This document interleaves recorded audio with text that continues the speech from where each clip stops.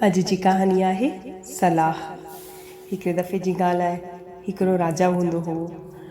हुन जी प्रजा हुन सां ॾाढी ख़ुशि हूंदी हुई। राजा बि ॾाढो दयालु हूंदो हो।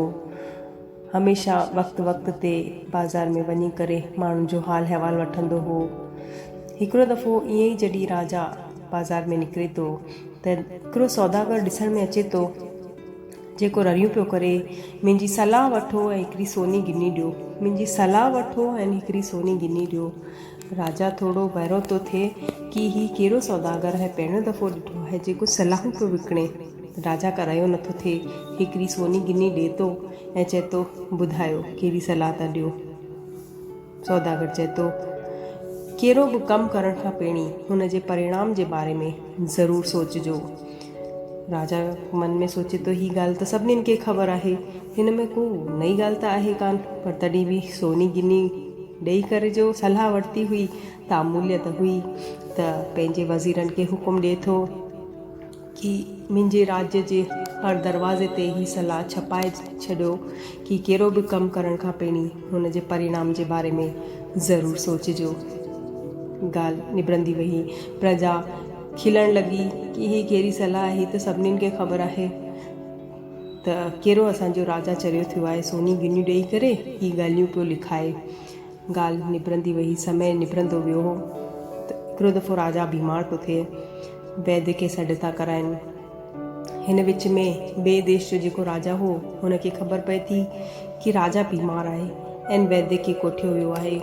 त हू वैद्य खे पाण वटि घुराए करे चए थो, जीअं त तव्हांजो राजा बीमार आहे, तूं हुनखे दवा ॾियण थो वञी, दवा जी जॻह ही पूड़ी ॾेई अचिजांइ, हिन में ज़हर आहे। राजा मरी वेंदो। हिन राज्य ते मां कब्ज़ो करे वठंदसि ऐं मां तोखे 100 गनियूं सोनी ॾींदसि। वैद्य जे मन में लालच थो अचे, 100 गिनियूं मिलंदियूं मुंहिंजो त पीढ़ियूं ई तरजी वेंदियूं। लालच में अची थो वञे, ज़हर जी पूड़ी करे महल में थो वञे। महल जे दरवाजे ते जीअं ई अंदरि वञणु लॻे थो, ॿाहिरि लिखियल हो, कहिड़ो बि कमु करण खां पहिरीं हुन जे परिणाम जे बारे में ज़रूरु सोचिजो।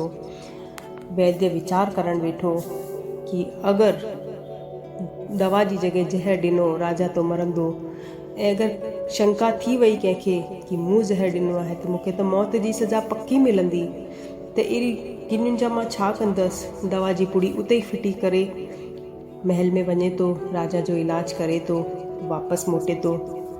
पर ही ॻाल्हि मंत्री ध्यानु ॾिए थो कि हुन कहिड़ी पुड़ी फिटी कई आहे। वैद्य खे घुराए करे सची था कराइनि कि छा ॻाल्हि आहे, तूं कहिड़ी पुड़ी फिटी कई। त हू सॼी ॻाल्हि करे ॿुधाए थो, ईअं ईअं मुंहिंजे मन में लालच अची वियो, पर हू सलाह जेकी मूं ॿुधी त पोइ मूं हू निर्णय कयो कि मां दवा ॾींदसि ऐं हू ज़हर जी पुड़ी मां ॿाहिरि फिटी करे छॾी। राजा मन ई मन चए थो कि अॼु हू सलाह जेकी मूं छपाई हुन सां मुंहिंजी ई जान बची वई।